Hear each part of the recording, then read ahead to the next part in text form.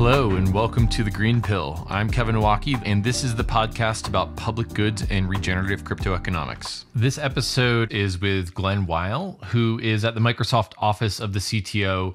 He is a political economist and social technologist and the founder of RadicalxChange. This is a special episode for me because when I got into the Ethereum space, one of the first books that I read was Radical Markets by Glen Weyl, and later went on to, as we evolved Gitcoin, make Quadratic Funding, which is a mechanism that Glen and Vitalik and Zoe Hitzig invented. Quadratic Funding is a foundation of Gitcoin grants, which is a foundation of Gitcoin. So over the years and over Gitcoin grants, having run 12 rounds of Quadratic Funding, I've developed a relationship with Glen in which he's one of the most lucid thinkers thinking about public goods funding and using markets for good. And Gitcoin is a place where his ideas, Quadratic Funding most notably, have gone into practice. And so there's sort of a symbiosis between Glen's ideas and Gitcoin putting them out into the world in order to fund open source software and public goods using Ethereum. So this is a really interesting episode for me to hear about Glen's vision for where Quadratic Funding is going and where radical markets in general are going, and some interesting commentary and kind of sober thoughts about the Ethereum and Web3 ecosystem to keep us grounded.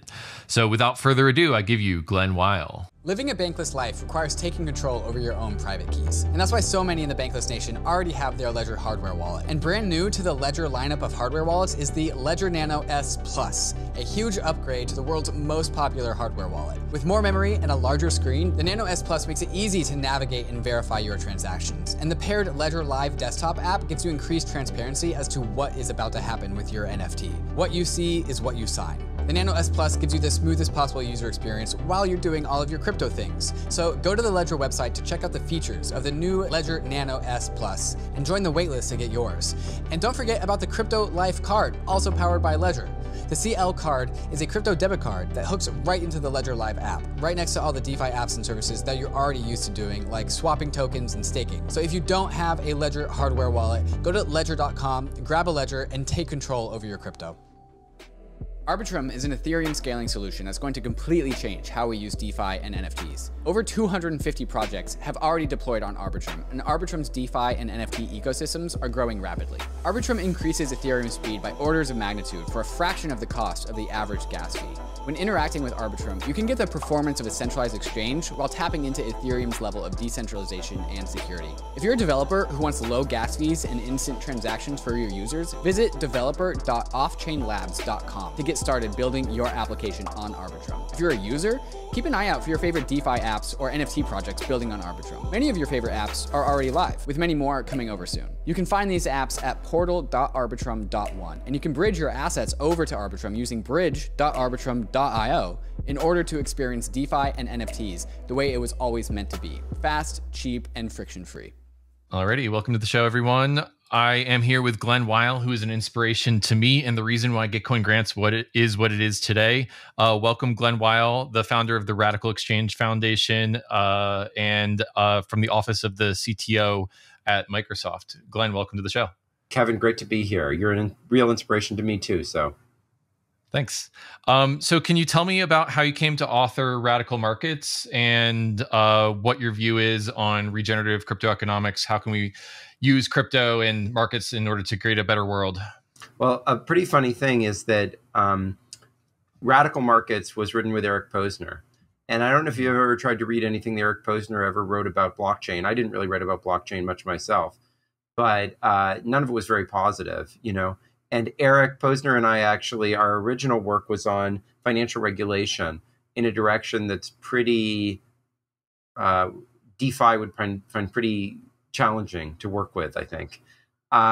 So Eric and I were not crypto enthusiasts. We were really interested in the potential of new types of social mechanisms to be transformative. And when things started going really weird in the world of politics around 2016 with Brexit and Donald Trump and so forth, we felt an impetus to take some of these ideas we'd been developing pretty academically and put them out there in a form that different communities could interact with. And we didn't expect one of those communities to be the blockchain world, but it turned out to be. And it was kind of in a weird way. Vitalik had seen one of the papers that went into the book and tweeted about it And off of that tweet, I got more traffic than off of everything that I'd ever done on Twitter before. And so at that point, I kind of looked into him, and he looked kind of to me like some kind of a Bond villain, like a 23-year-old billionaire, Russian, Canadian. Like, it was pretty weird. And so I DM'd him, and I said, you want to take a look at the book? And he sent me back 25 pages of the most thoughtful comments I've ever gotten on anything. And so I thought, well, maybe there's something here. So I started corresponding with him and working together, and eventually wrote this paper that I think played a role in starting your business. And that's kind of the right. how I ended up. We should clarify for the listeners out there that Vitalik is not a Bond villain. Actually, one of the most pure-hearted and lucid thinkers that I think I've ever met. Couldn't agree more. And in the end, I was surprised about it. Yeah. So specifically, I remember reading Radical Markets and learning about Quadratic Voting, and I think that the outcome of your collaboration with Vitalik and also Zoe Hitzig was taking Quadratic Voting and using it in a monetary concept in Quadratic Funding. Could you talk about that leap at all? Yeah, so Quadratic Voting was originally Quadratic Voting was supposed to be done with money. But then that was really unpalatable to people. And so then we had a version of Quadratic Voting where you got artificial currency. But then we just took it in the direction of, okay, what if you're funding a project rather than making a decision? And in that context, because people are much more used to like capitalism for funding things, money seemed much more natural. So we used it in that context. Turns out there's kind of a deep sense in which quadratic voting in all these contexts is actually kind of the same thing. And there's actually no difference really between quadratic funding and quadratic voting. Not sure it's worth going into like the mathematical logic behind that all here, but you can kind of just play with the formulas and you'll see that there's actually a sense in which they're the same thing. In particular, like if you had a quadratic vote on should this project get this amount of money, if that was like the proposal and you had a quadratic vote on it, it turns out that you can just see from the formula that it will pass exactly if that amount of money is less than or equal to the amount that it would get funded under QF in the equilibrium. So it's like they're actually the same thing in some sense. It's just like quadratic funding is like discovering the level of funding that would pass a vote in a quadratic vote.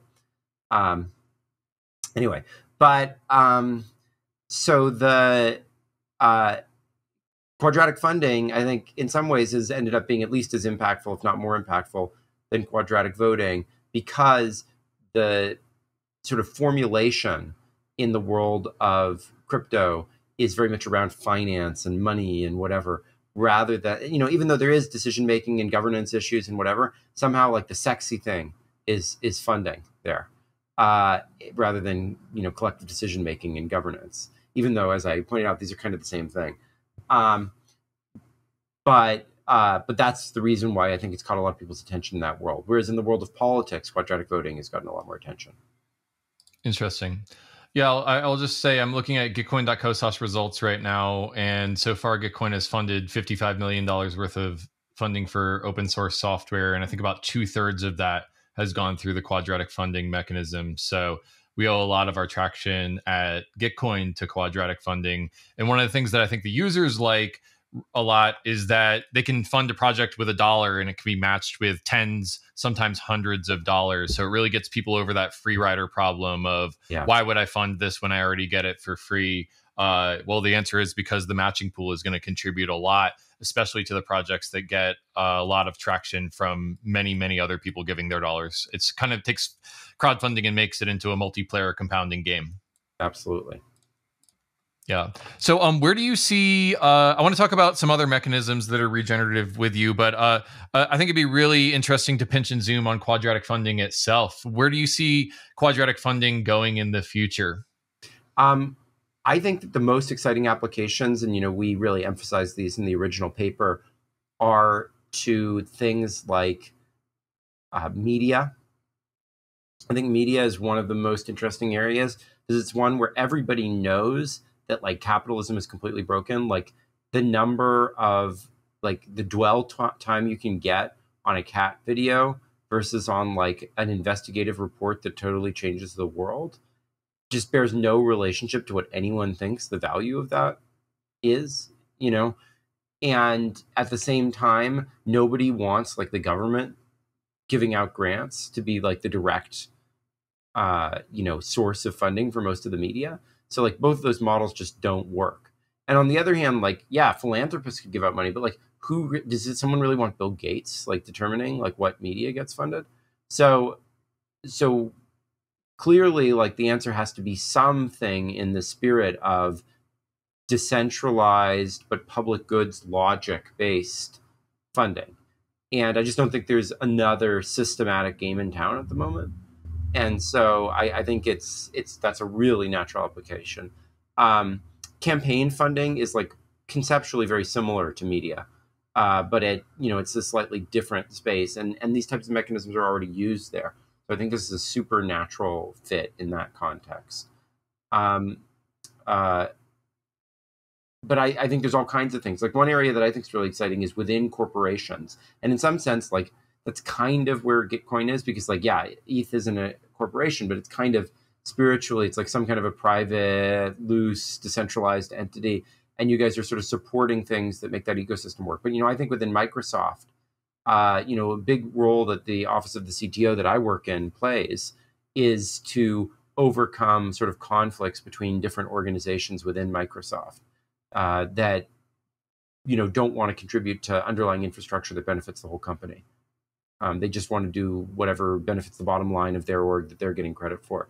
And this provides a potential mechanism for something like the office of the CTO not to have the big bureaucracy that we're coming to have, but instead to just have some kind of a big pool of money, but a pool of money that's not directed by executive fiat, but by some decentralized process of sort of virtual teams coming together saying that we need to do this for the company, and then that just getting funding based on willingness of their different orgs to contribute to that common infrastructure and have that matched by a common pool. Interesting. Your story about quadratic funding for media reminds me of Gitcoin Grants has done 12 rounds thus far, and around round 3 or 4, Vitalik suggested that this is before, I should say that right now, Gitcoin's quadratic funding is governed by the DAO and there's governance rights and all that kind of stuff. But around rounds 3 or 4, it was really just Gitcoin applying for a grant from the Ethereum Foundation to run the rounds. And so in the negotiation process for running round 4, I think it was, Vitalik suggested that we do a round for media, which has always been foreign for Gitcoin because we're about funding open source software. And one of the things that we saw was that the public goods, the open source software that were being funded on Gitcoin got a huge lift from media projects also being on the platform, because the media projects were the ones that were bringing large Twitter audiences and large mailing list audiences, and their visitors would come to the site. They would add their favorite media organization to the site, but they would also add the digital infrastructure, the open source software projects to their cart and check out with all of them. And so there was this kind of like positive sum game being played between the media organizations and the open source projects. That's interesting. When we added those to the platform. So I wonder if there's an option to fund digital infrastructure technology projects along with media and have the sum be greater than the whole of its parts. Do you have any comment on that? Sounds very interesting to me. I mean, one thing that I pretty strongly believe in is that the way that we actually get a better internet is to get a much larger set of people engaged with the need for digital public infrastructure. I don't think that like random crypto people like doing their little thing is gonna get us there. I don't think that like regulation is gonna get us there. I think what's gonna get us there is like real public engagement with constructively building better solutions. And I think that the link between those things that generate that public engagement and the things that are actually like, that's exactly what we want. So if that's a example of a pathway to do it, I'm super positive. And that's the way that RadicalxChange is designed, right? RadicalxChange has this big art base, and it also has a big community of builders, and we very much believe in connecting those to each other. So, right. That actually sort of reminds me of two experiments we've done outside of the crypto sphere with Quadratic Funding. Is a campaign in May of 2020 to do Quadratic Funding for downtown Boulder, and to prove that everyday retail stores that were being threatened by the lack of retail foot traffic during the pandemic. I think we had a comic book store, a bookstore, a yoga studio, and two other retail businesses. We ran a 50K Quadratic Funding round in downtown Boulder and got over 250 donations to those businesses. So I think it was really interesting to see Quadratic Funding work outside of crypto there. And then I think it was November. No, I'm sorry. It was May of 2021. We actually did a Quadratic Funding campaign in partnership with Open Collective and funded regular traditional open source, not crypto open source, with Quadratic Funding, and was able to raise 100K based off of that. So one of the most interesting things to me is that the mechanism scales whether you're in the crypto niche or you're not.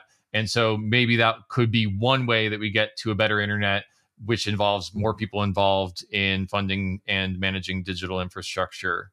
Does that sort of comport with your vision, or how would you augment that? And I would say that I think one really important element of that is finding those targeted communities like Boulder and showing that you're able to get real signal through people's experiences with that. I mean, you really at some level want to do like almost a natural, like a controlled experiment where you have some grant making authority go out and try to like give money in some context.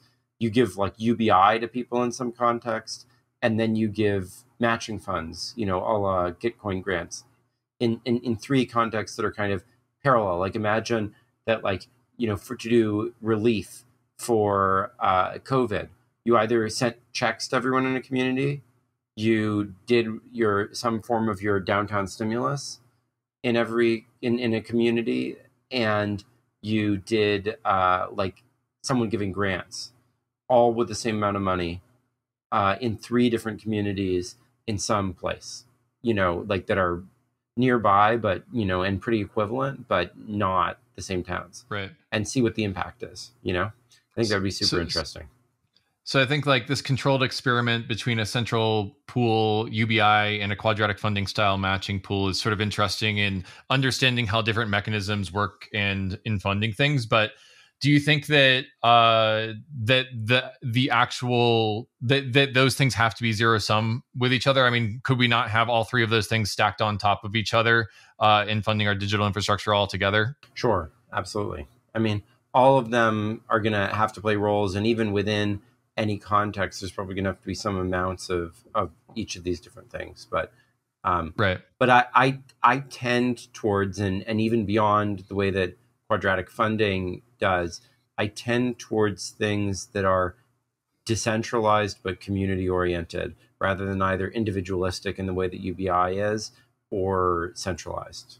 I want to ask you about other decentralized and community-oriented mechanisms that you're excited about. But before we do that, I want to untangle a few more concepts with Quadratic Funding.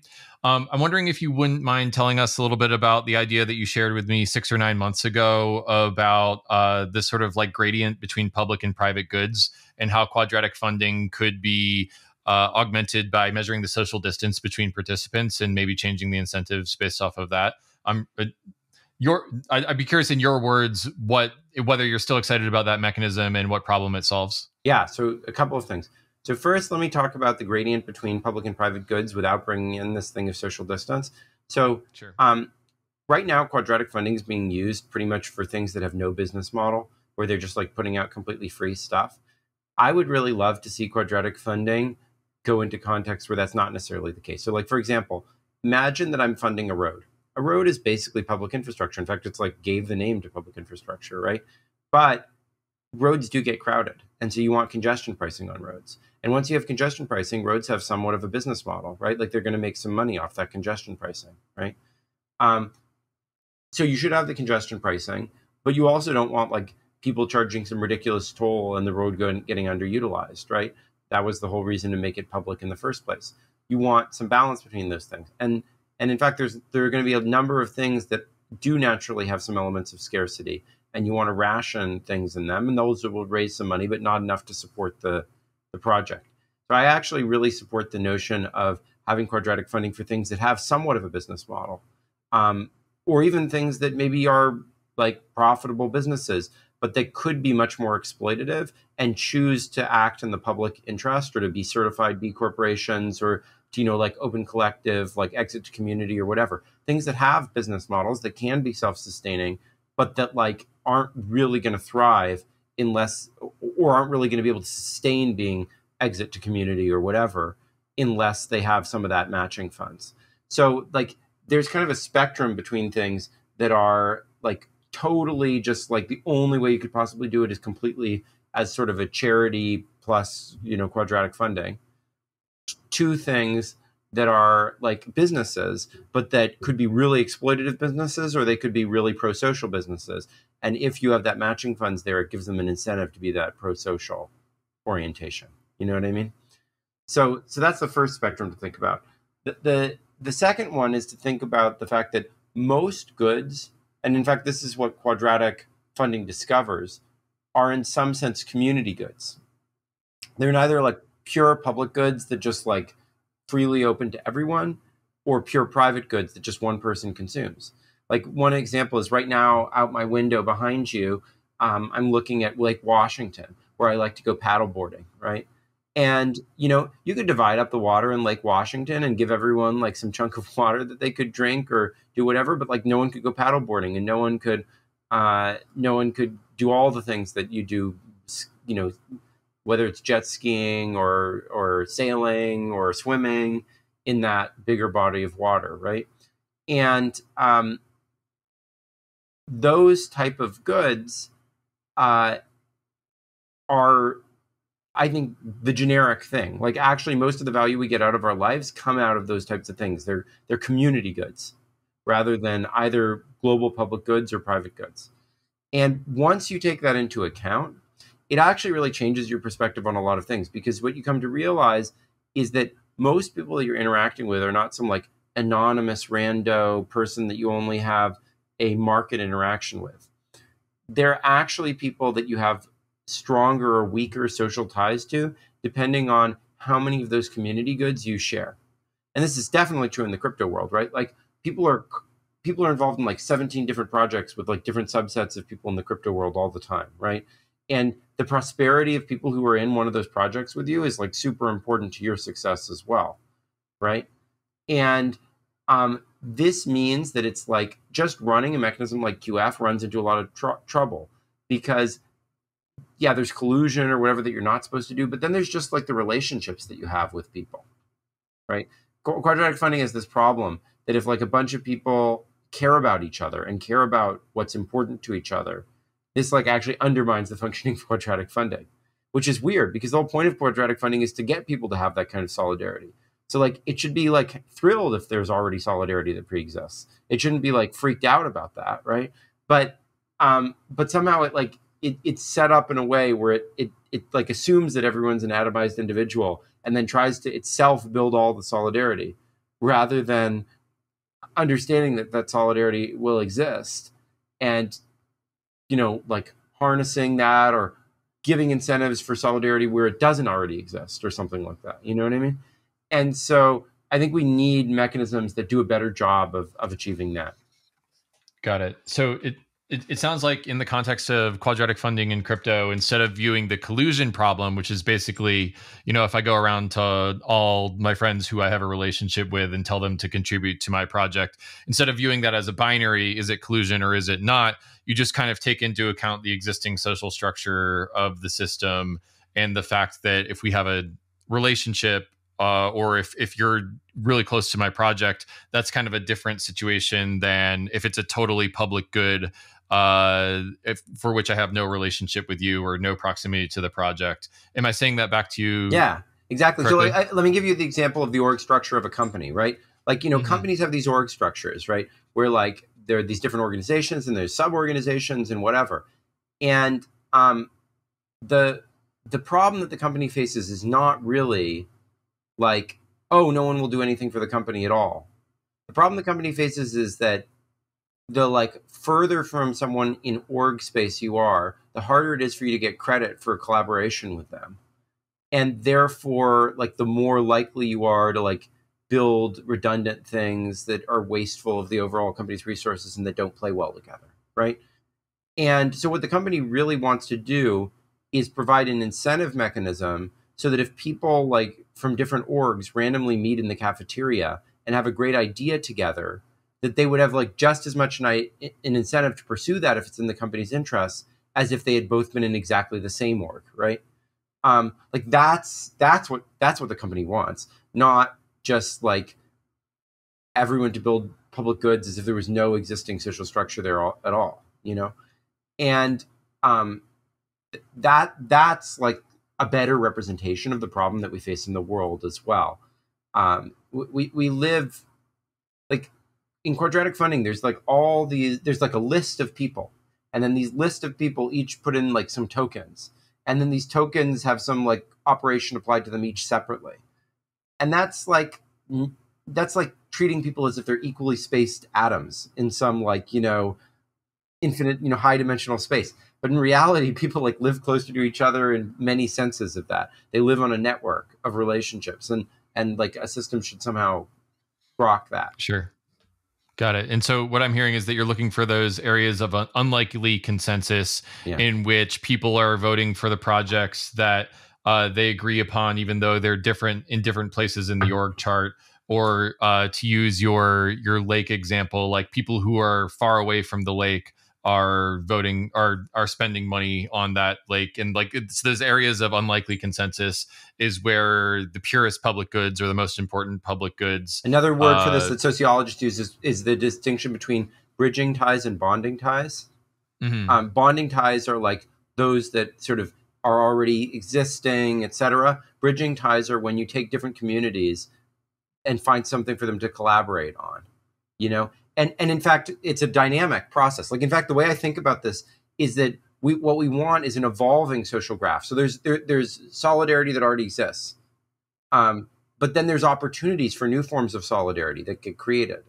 Like, you know, there might be a bunch of people who all live in a city and they're like, you know, a union or whatever. And now there's people in other cities who are forming unions, but then they realize, oh, no, if we collaborate, we can do the following thing together. And like what you want to do, and then they have solidarity with each other. So actually, what the role of the mechanism is to evolve the social graph to take advantage of the new opportunities for cooperation that don't historically exist and allow those new forms of solidarity to come into existence at a more rapid pace. You know what I mean? Yeah. Wow, that's amazing. Bankless is proud to be sponsored by Uniswap. Uniswap is a new paradigm in asset exchange infrastructure. Instead of a cumbersome order book system where trades are matched with other humans, Uniswap is an autonomous piece of software on Ethereum that lets you trade any token at the current market price. No human counterparties or centralized intermediaries, just autonomous code on Ethereum. Input the token you want to sell and receive the token you want to buy. The Uniswap Grants program is accepting applications for grants. Do you have something of value that you think you want to contribute to the Uniswap ecosystem? No matter how big or small your idea is, you can apply for a unique grant at uniswapgrant.org and help steer Uniswap in the direction that you think it should go. Thank you, Uniswap, for sponsoring Bankless. So, you've got some money, but how are you going to use it? You want to spend. You, me, shopping, now, bro. When you know you should be saving. You'll never buy a house at this rate. But what if you could spend and save at the same time? For the enlightened kind, with inquiring minds, a new world awaits. Set yourself free with completely flexible, self-repaying loan technology. Supported on desktop and mobile, seize the power of Alchemix, allowing you to spend and save at the same time. Leverage your wealth without risk of liquidation. Take out a loan that repays itself. By using yield from your deposit to pay off your balance, your only debt is time. What was once inconceivable is now within your grasp. You're winning some.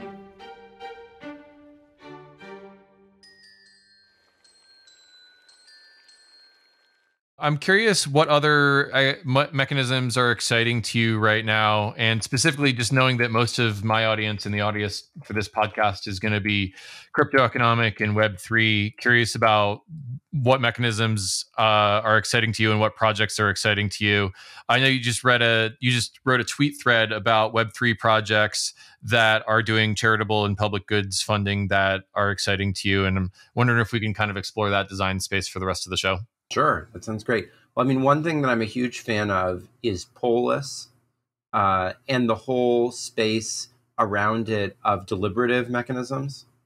So, Quadratic Funding is not really about having a conversation. It's about, once you've already formed your opinions, expressing your views.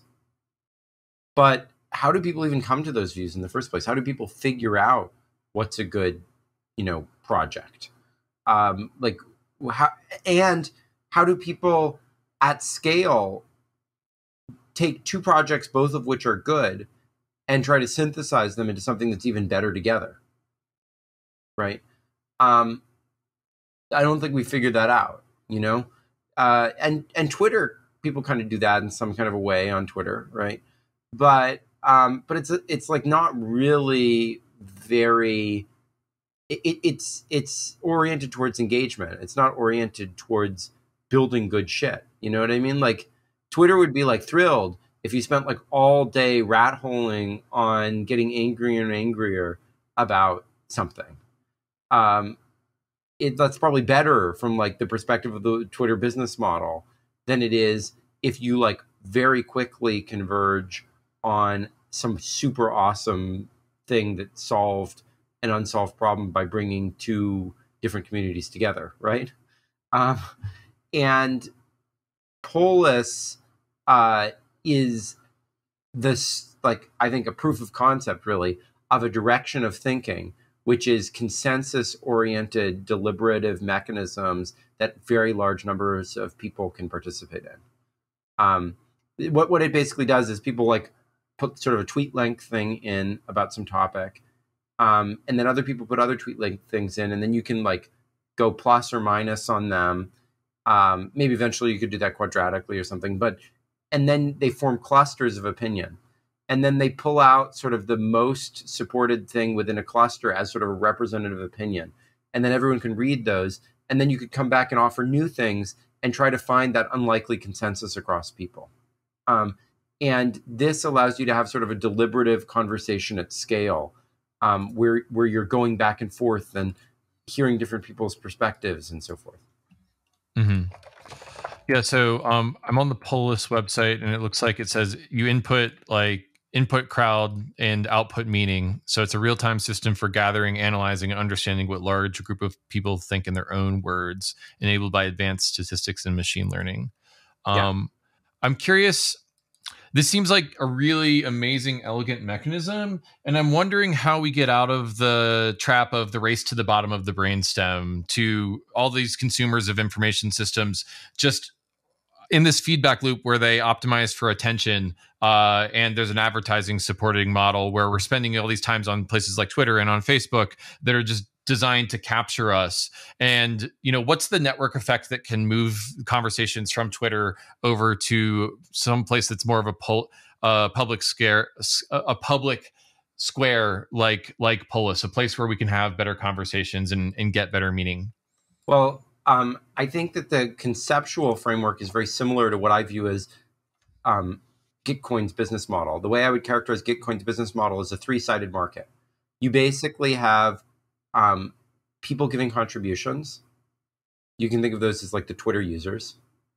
You have people getting donations, which you can think of in this context as being like the issues that are being discussed. And the third side of the market is some entity which has a stake in the system working well,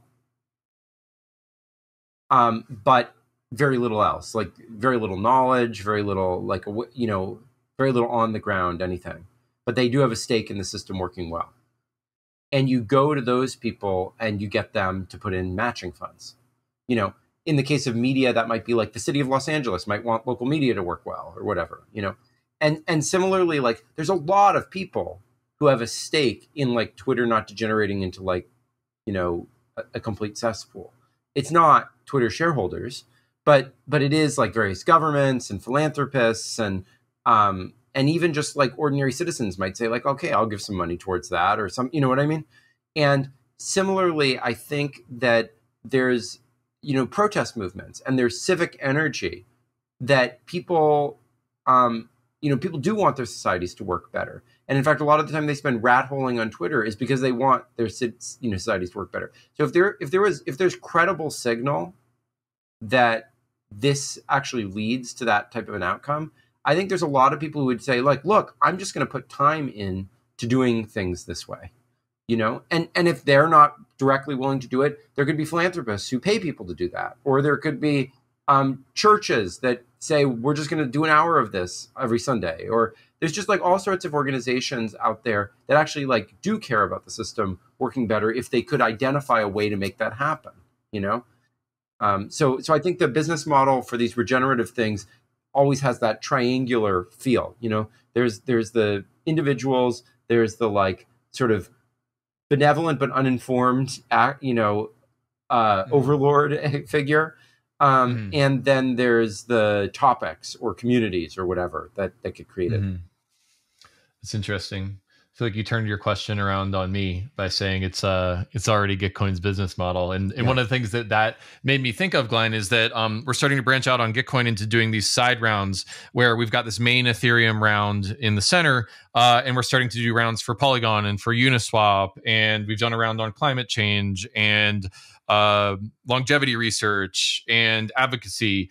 And what's really interesting is that in the main round, you've got these side rounds that are kind of orthogonal to the main round, but there is an overlap in a Venn diagram where there can be grants that are in multiple rounds. And what's really interesting to me is seeing a grant that is deriving quadratic matching from the main round, but also from the side round. And I kind of visualize this as, wow, every individual quadratic funding round is like a fan, like it's generating some amount of crypto economic force. But together, the rounds are like a jet engine. Like they create so much force for public good. And an example of this is that Coin Center, last Gitcoin grants round, Coin Center is an advocacy group for crypto to educate lawmakers about. And one of what was interesting is that $1 donation led to a $500 match in quadratic funding because they were in the advocacy round and they were in a couple different rounds. And people on Twitter were saying, wow, this is too good to be true because the matching was so high.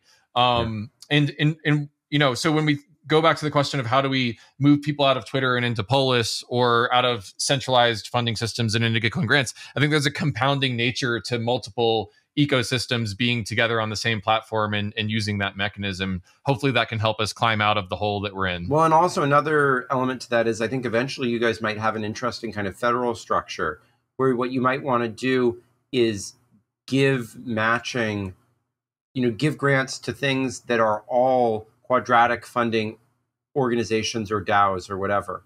And then what you're actually giving money to in those cases is a matching pool that then is going to match grants on that topic. You can imagine having like a hierarchical structure like that, where there's like a high level, like topic based thing. Like, I think this area should be supported.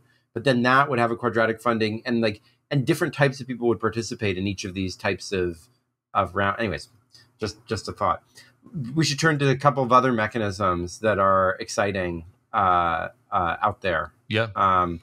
Let's do it. You want to list off the ones that are most exciting to you? Well, I think one thing that I think is super important is some kind of, I don't know if people know the Sprightly project, but there's a number of these mechanisms out there for interesting new forms of identity. Decentralized identity, I don't know if it's the only best word to use for it, but things that allow us to represent and manage who we are in ways that capture sort of the richness of all the different contexts that go into our lives.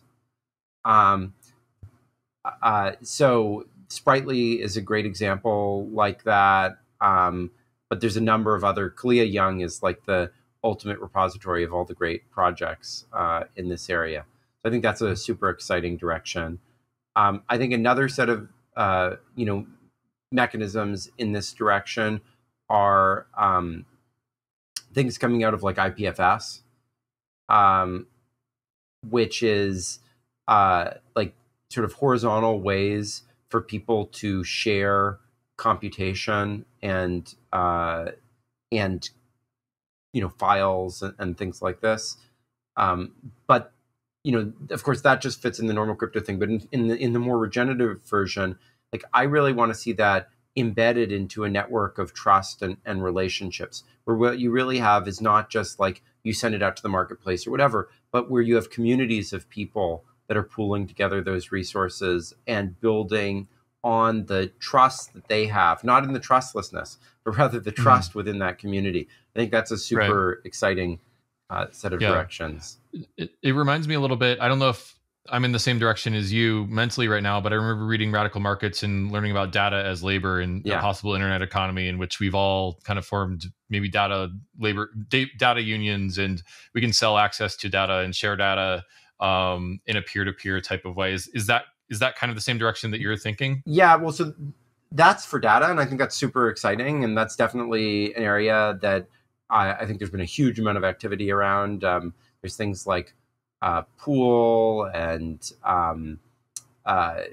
Microsoft has done some. There's a whole range of different projects in that area, but there's also doing that for compute or doing that for storage that I think are really interesting as potential alternatives to the cloud. Another set of things that I think is really exciting is federated learning and other ways of sharing data in privacy preserving ways. And those are very related to these data labor union type things, but open mind being a really great example of that. So those are some of my favorite examples right now. And in fact, there's this whole umbrella now. Like digital public goods, digital public infrastructure has become, really in the last year, like a word that like the White House is saying and that all sorts of people are saying. So it's a thought space that's really exciting to be in. Right, for sure. Well, I think it's really exciting, but I'm obviously drinking the Kool-Aid, talking about digital public goods over here at Gitcoin. What would you say to someone who's kind of on the periphery of this whole space, whether the space is radical markets or regenerative crypto economics or digital public goods? What tools or resources would you recommend for people that are just about to jump down the rabbit hole? I think the best place to start is an article in Wired about Audrey Tong, called "How the Taiwan's Unlikely Digital Minister Hacked the Pandemic," or one by Anne Applebaum in The Atlantic called "How to Put Out Democracy's Dumpster Fire," which are really about how, if sort of participative democratic systems are going to survive the technological revolutions we're going through, we need these types of approaches, these types of imagination to make that possible. The way I think about it is that, markets have accelerated, or like capitalist systems have accelerated with technology, and bureaucratic systems, which I think, AI is kind of a bureaucratic system. It's like a system you program and it does things on people, have accelerated. But what hasn't accelerated is participative democratic systems. And these are giving visions of how we can do that. Right.